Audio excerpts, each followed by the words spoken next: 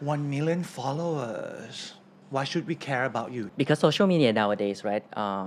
Is it okay to break the law sometimes to do a content? Break the law sometimes, right? I think Is it okay to break the laws? Yeah, next one. That's it. Next one. Next video. Okay. Welcome to Open Agenda. My name is Artie. And as usual, this show is not a typical snooze fest with talking heads because we are here with some of the most interesting people around Thailand. And today we are stepping into the realm of social media influencer. So, if you want to become an influencer yourself or you're just curious about social influencer lifestyle, we're here with Kun Ken Shanon Patarathiranon. Round of applause from me. Oh, okay. Welcome. How are you สวัสดีครับ doing? สวัสดีครับ Thank you for coming first. I forgot to say that. How are you doing? I'm doing great. So very honored to be here on your show, and hopefully we can get some great discussions out of this. Everybody said that. What's your Um, response? Everybody said that. What's your response? That's awkward. I'm just Okay. toying with you. Okay, so for those of you who don't know yet, this guy, his name is Ken. He goes by the name of Ken BKK. Correct? Yes, that's right. Why is that? So the reason is because I want it to be short and catchy, and somehow I want my name to be in it somehow. But I actually live in, so BKK stands for Bangkok, but I actually live in Samut Prakan. Oh. But instead of Ken, maybe S. Ken Samut Prakan. Yeah, it might be too long, so I think Bangkok might resonate more with the audience. Okay, so you amassed like how many followers in total across platform? In total, so I'm on most mainstream social media platforms. Overall, I have around 1.5 million followers. 1 million followers. Why should we care about you? If I were to become one of your follower, why should they care about you? Why should people care about you and become a follower of you? I think it's because social media nowadays, right? Every algorithm, TikTok, YouTube, they tailor to your needs and things, or even on topics that are suitable for your needs. So, for example, if you're leaning left or right in America politics, it's likely to recommend that. The content that I bring hopefully brings out something that you might not search for, something new, something interesting out of your comfort zone, maybe opening your views to the opposite point of view, I would say. Really? Yes. No, because like I've seen most of your content, it revolves around trending topic, isn't it? Some are trending topics, but some are the things that I found, and I think it's quite interesting. And I think I think some of the content moves me, and I think if it moves me, I want to share it to my followers as well. That's nice. It looks like you have crafted something. Is that a propaganda? Your propaganda? No, it's not. Maybe No. yeah, maybe I'm trying to start a cult and everybody follow me. What's gonna be your cult? What's gonna be called? I think it's gonna be newer generation. Yeah, whatever. You know, you're coming to this show. I'm sorry, I'm not cutting you off. Okay. But on this show, we aim to shred agenda to shreds. So we're gonna talk agenda. What was your agenda starting your social media? When was the first time that you thought to yourself, "Oh, I want to start a channel on YouTube"? Say, when did it dawn on you that you want to become an influencer? I think it might be. Are you nervous? I'm just excited to be on your show and to be talking to Kun That's an Arti. aw- I think it's a great privilege. I think he's a great host, handsome, talented, Do not flirt me on the show. well-renowned. So I'm very honored. That's why I'm flustered right now. I would You say. see my junior over there. He's like looking at me like, what are you talking about? But anyway, yeah, thank Yeah. you for that. But yeah, back to that. Have you always wanted to become an influencer? You were doing good, by the way. Oh, That's just- thank you so much. I started off because I was afraid of talking to people. So I was born as an only child. Both of my parents go work all the time. So the only time I would be spending with my dog, which he's a cute Pomeranian, by the way. Maybe I'll share some pictures of him later. But so I'm afraid of talking to people, afraid that people might judge me. So you talk to your dog. Yes. I talk to my dog too. So and then I started the channel to talk more so people can understand what I'm saying more, to practice my body language and everything. When was that? Your start? It was around 5 years ago, back when I was in third year of university. Oh, third year of university. That's a long time ago for me. But yeah, so that was 5 years ago. It's supposed to be in 2019. Yeah, around that time. By then, social media boomed already. So how did you find your niche though? Because you started out doing sport content, right? How did you find your niche? Did you know right away that your content's going to become popular? I think a lot of creators start off, they don't plan to become an influencer. Might be different to maybe companies starting up, right? I started out what I'm passionate about. And I think what you're doing, which is basketball. So if I'm talking about something that I'm passionate about, I think people would be interested. So I found a niche. So I found a disconnect. I love NBA basketball. So in Thailand, football is by far the number one most popular sports, right? I want people to talk about NBA basketball more. So I want friends to talk with, like how's the games yesterday, who won last night. So, and that's a great disconnect. Not many news media coverage covers the sports in Thai. So I found that niche and just hold on to that and started off as a basketball channel. Started off as basketball channel and then you turn it into something else as well, like storytelling videos, which garner like 100,000 of views on YouTube and TikTok, right? So yeah, that's how you became famous. But starting out, Ken, I noticed you didn't start out in the media or communication arts at all because you graduated from Faculty of Engineering of sorts, and then you went on to have your MBA from UCL. So what happened to you? Yeah, not an MBA. It's a Master of Science in Management. But the difference is that it's kind of like MBA, but for people who has done less of 2 years of experience. So what I would say is I got a lot of logical thinking from engineering, but from business, definitely I translated into the influencer point of view because I researched the market, plot the positioning map, and then found the niche area. So I think there's a saying that it might be hard to be 1% of something, but if you're interested in, for example, basketball, and on the other hand, storytelling, if you overlap these two, and you would be 10% of that, top 10% of one thing, top 10% of the other one. If That you makes- combine the two, you will become the top 1%. So for new starters or who want to start their own channel, find two things. I'm not asking that question yet because Okay. I aim to make it the last question. Oh, okay, So okay. don't spoil it. Okay, Don't- I'm just kidding. So back to your thing. So no, you use your niche in sports and then your fascination with fascination with sport and then your expertise at engineering and math geeks and combine those two. So is this what you really wanted to be, like influencer, because you're now known as influencer, right?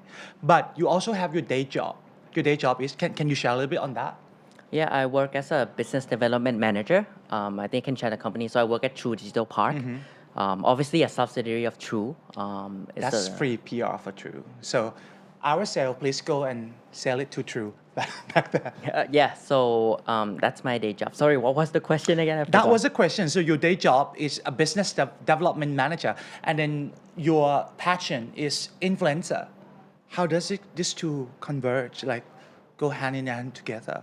Like, do you use your work time to do your content, or is it the other way around? I hope my boss is not watching, but sometimes yes. Oh, really? Yeah, sometimes I I do. didn't expect that. Sometimes I do.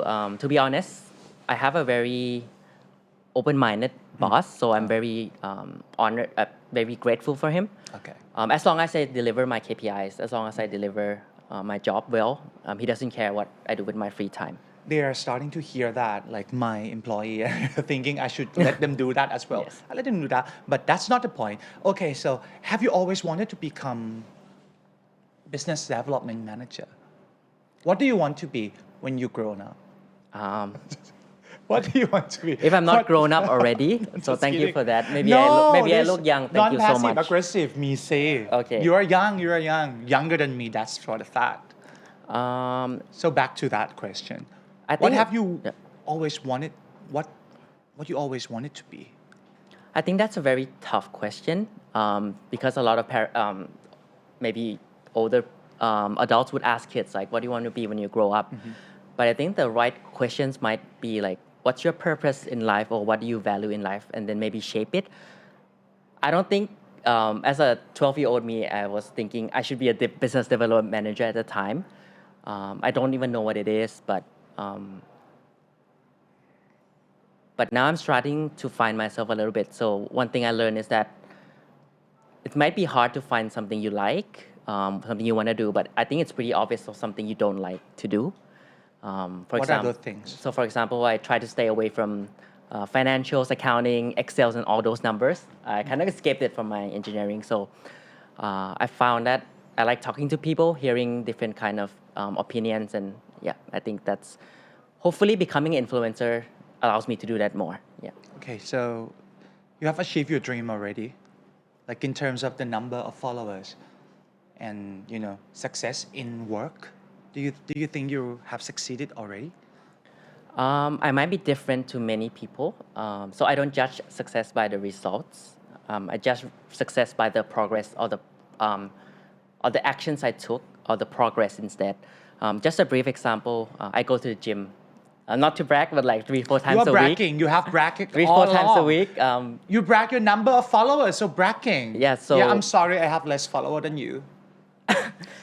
Yeah. So I don't aim to be like shredded, have six pack, and all those kind of things. But just by going to the gym, I think that's a win in my book. Okay.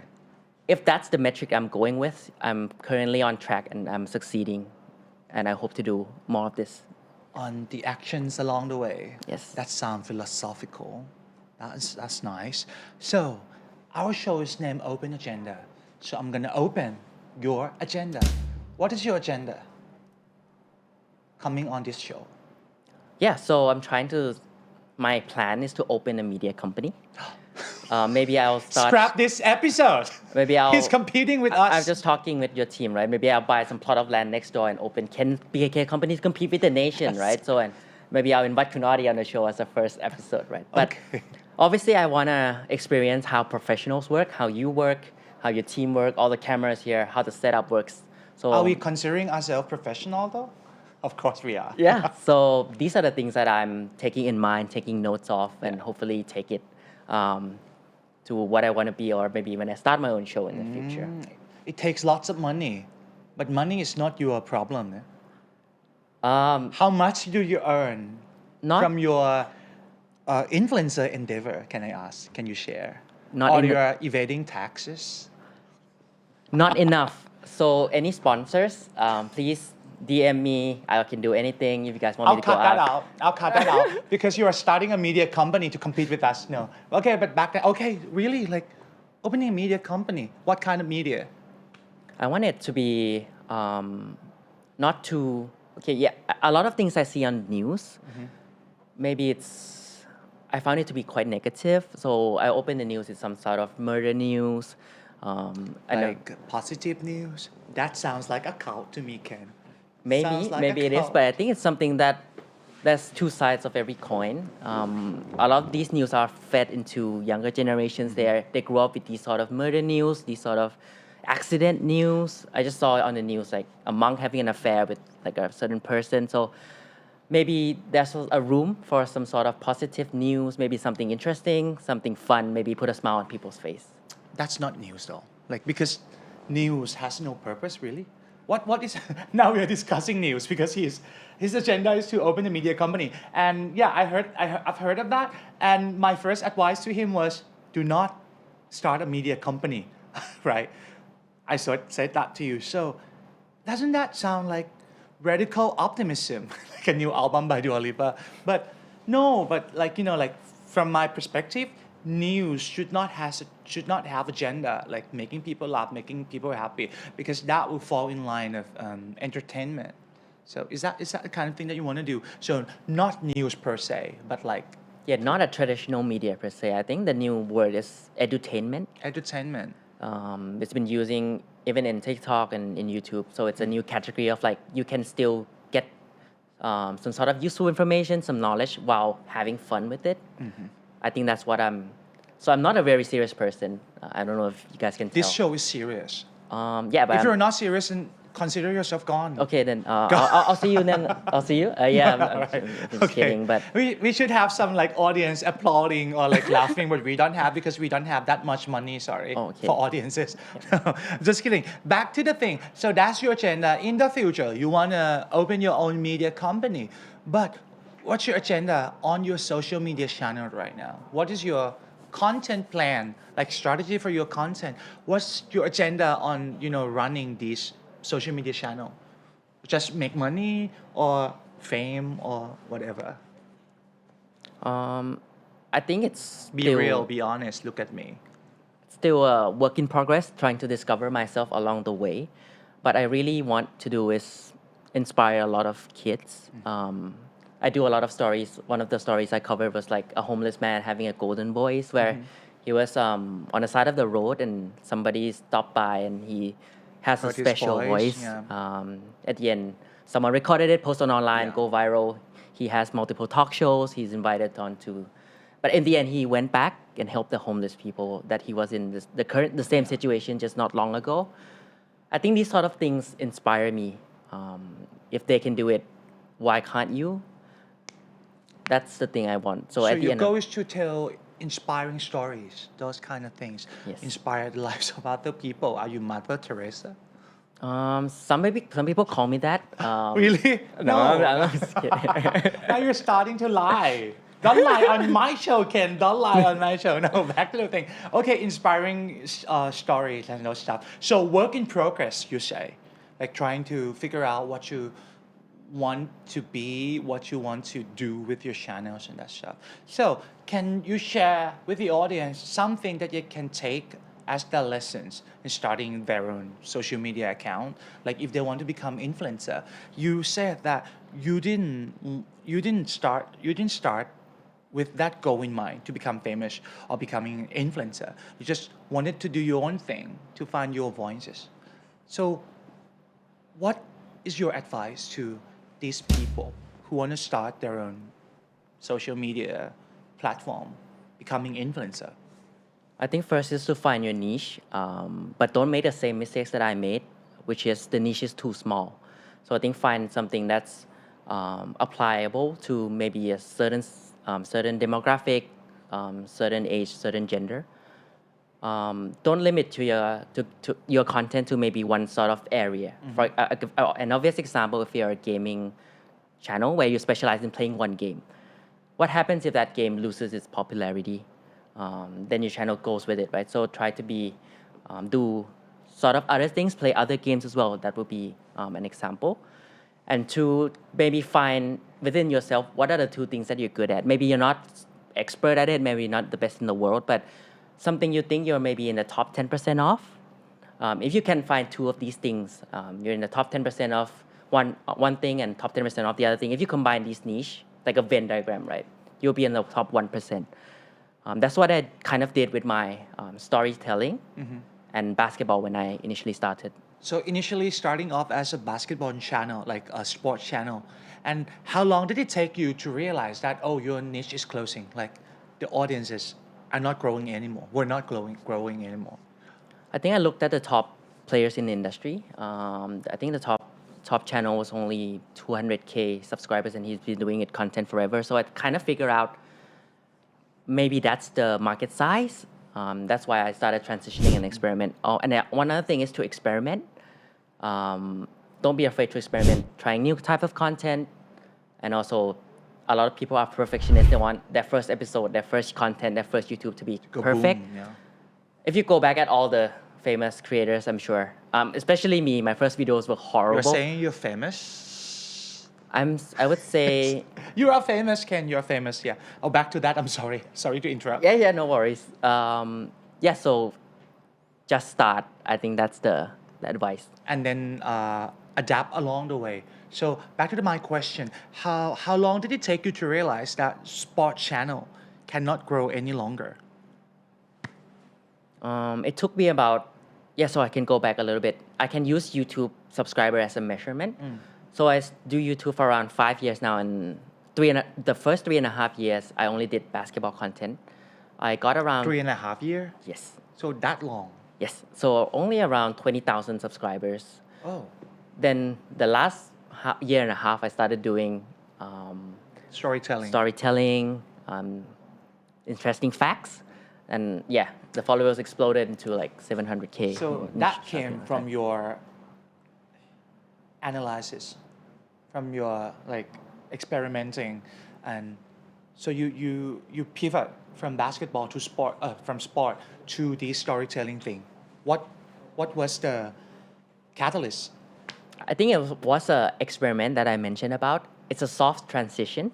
So basketball have all these popular players, right? So I just talked about one of the players. Why is he chewing a mouth guard?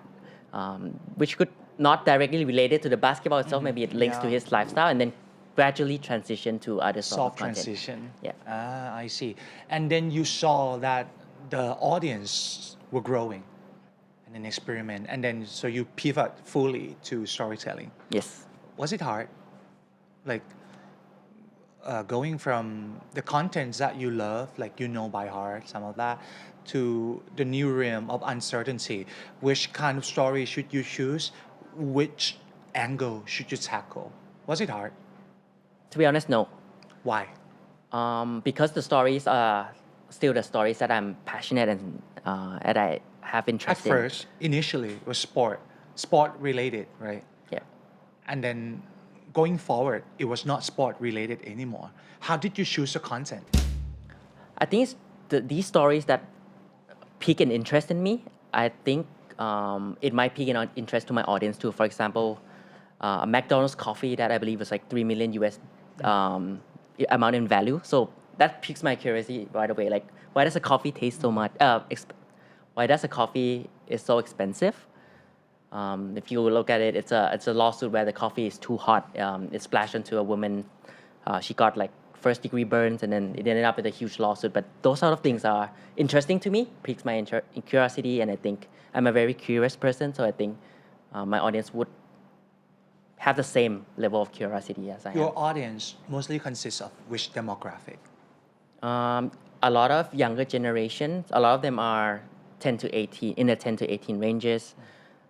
But YouTube is quite interesting because younger kids maybe they don't allow to have a channel, so they use their parents' account to subscribe, right? So, So demographic is, but a lot of kids do subscribe, and a lot of surprisingly older generations.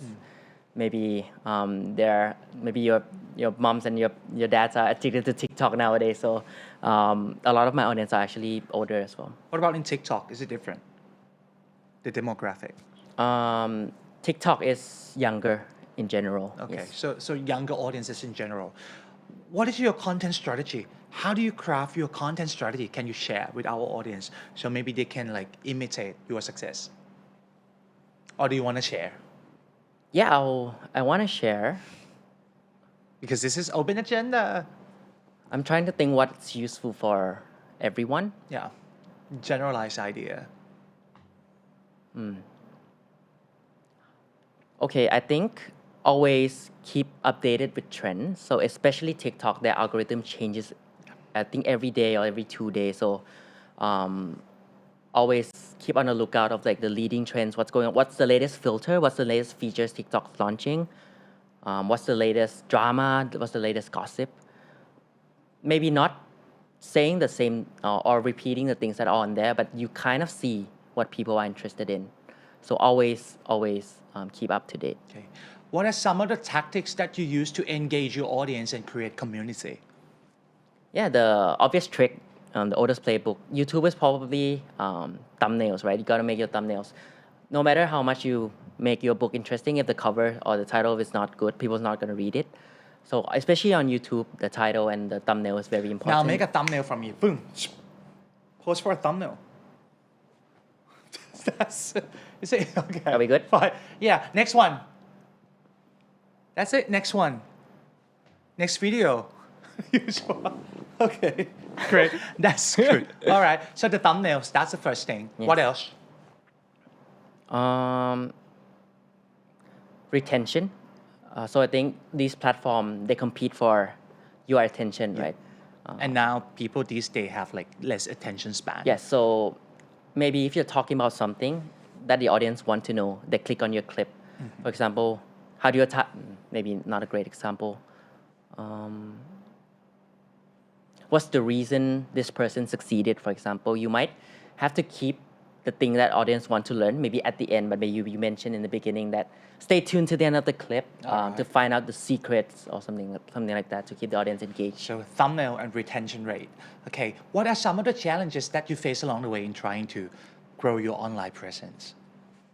Obviously, it's a lot of sacrifice. So I do a lot of things. I have a daytime job and I do a lot of content. Obviously, it's a lot of sacrifice from spending time away from my family, spending time away from my friends while they're partying, right? They enjoy themselves, You're they not go partying? travel. You don't go to parties? No, I don't. Really? I just stay home and do content. All the time? Yes. Really? Oh, that's a lot of sacrifice. Yes, so I think it's a lot of sacrifice. It's not for everyone, I would say. Are you trying to limit your competitors? Like, it's not for everyone. Yeah, don't do it, guys. Just follow me. Okay, so this is also a sacrifice that you are making. Coming to this show, we have this thing, this segment called the hot seat, where we have random questions in the jar. You're gonna have. You're supposed to bring it to me, like not having me like looking for it. You are fired. I'm just kidding. Okay, so we have these like questions from our audiences and our content teams to ask you. Chap. Oh, that's Thai. One question. And the lottery goes to... I'll read it for you. Okay, thank you. Otherwise, you're gonna fake some of the question. Is it okay to break the law sometimes to do a content? Break the law sometimes, right? I think it's... Is it okay to break the laws for contents? I recently saw on the news that one content creator went to Egypt. He climbed the Pyramid of Giza, took a photo at the top, and it went viral, and he got arrested. That Banned for life. Yeah, I think that sort of things is completely a no. But I think some laws that do not make sense. Do not go there. Okay. I warn you. Okay. The political answer is no, don't break the law, guys. Especially if you're breaking the law, I think the worst thing you can do is film yourself and post it, right? So I think that's a no-no. Okay, next question.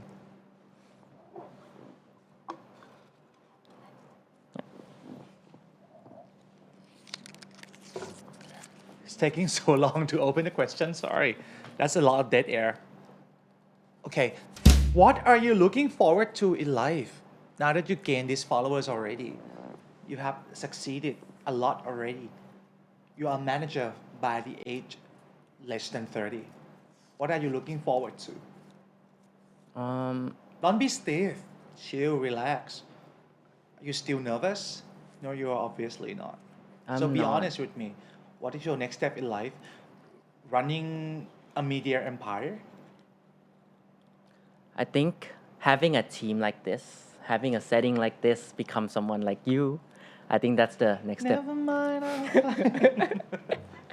You're a lot of bullshit. No, I'm not. That's bullshit. I Like, really am I inspired know, by you know, people. like I know I'm successful. Like people want to be. Yeah. Everyone. That's bullshit. Okay, no.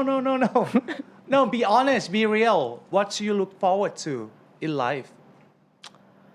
I think it's I try to live in the present.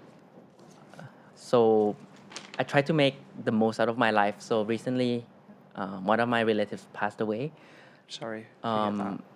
And it went by really fast. So I think it caught me by surprise as well. So I think it's live your life to the fullest. So I try to do it every day. What I look forward to is waking up every day and doing the best I can. And if I die tomorrow, so what, right?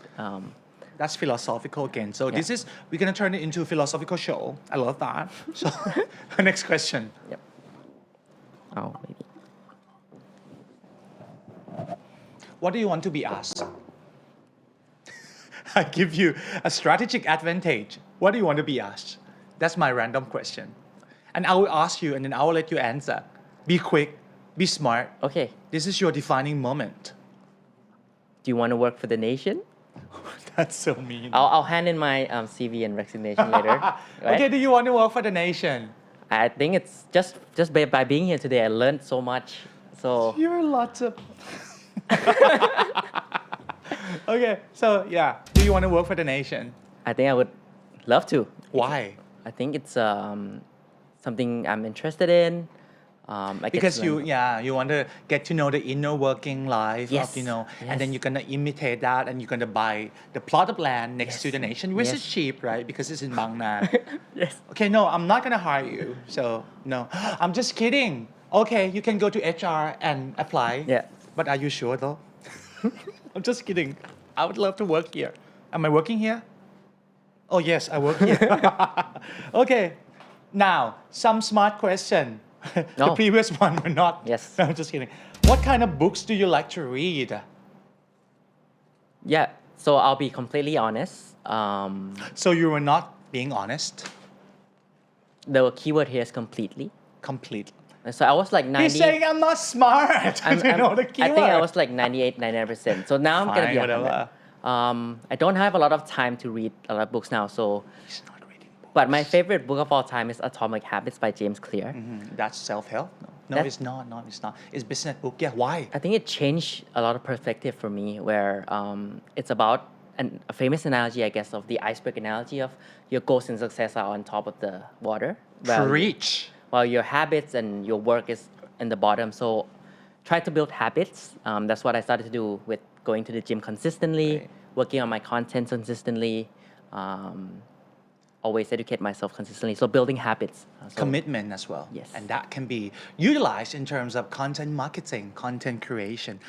One last tip that people who are watching this episode are gonna go like, wow, he's really spilled something.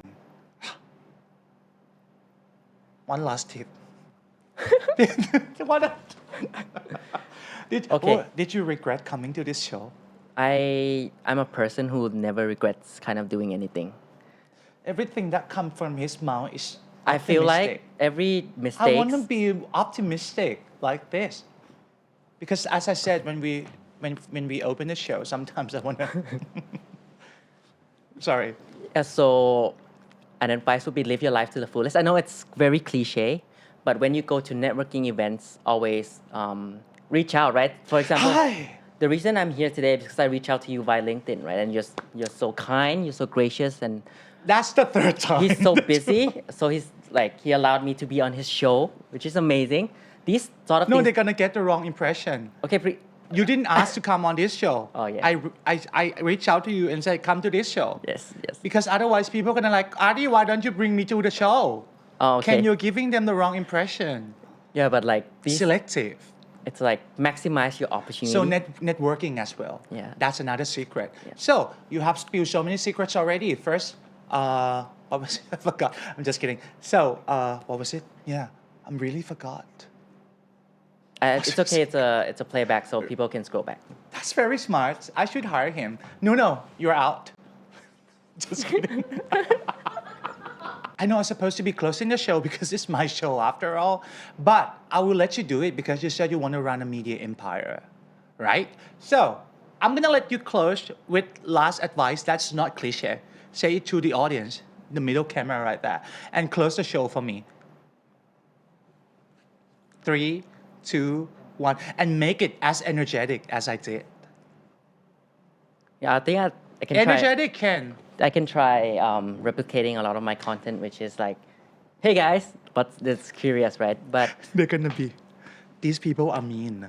ah, They don't like that kind of optimism. it's okay. Just be yourself, I guess. I would say try to spot opportunities. Opportunistic. When there's a crisis going on, right? People might think it's a change. Crisis is always maybe on the bad side, but there's always opportunity in crisis. If you try to spot that, maybe you're getting laid off by a big company, but it's also a chance for you to work with a new company, something that you might not have think or thought of.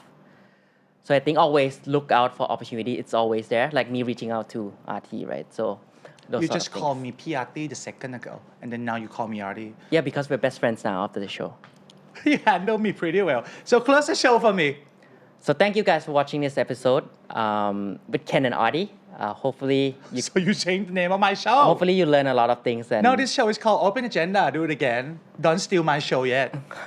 Okay, so thank you for watching this episode, Open Agenda with Kun Artie. Hopefully, you learn a lot of things. There's a lot of influential, smart people coming on the show, which are way, way smarter than me. So look out for the next episode. That's nice. Thank you so much for watching.